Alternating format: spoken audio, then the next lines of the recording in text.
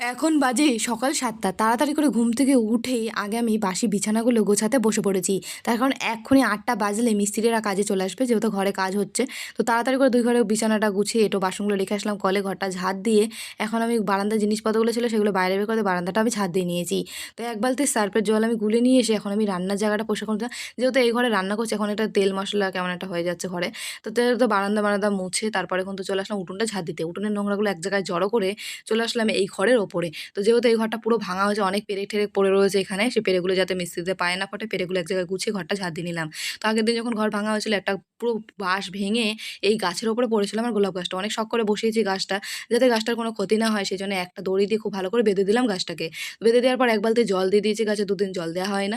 তাই নোংরাগুলো কিন্তু এখন ফেলতে চলেছে, উঠোনের নোংরাগুলো জড়ো করেছিলাম ২ জায়গায়, সেই জায়গার নোংরাগুলো তুলে ফেলে দিয়ে এসে থেকে এক বালতি জল টেনে নিয়ে বাসনগুলোকে খুব ভালো করে আমি সার্ফ দিয়ে মেজে নিয়েছি। বাসনগুলো রেখে আসলাম ঘরে।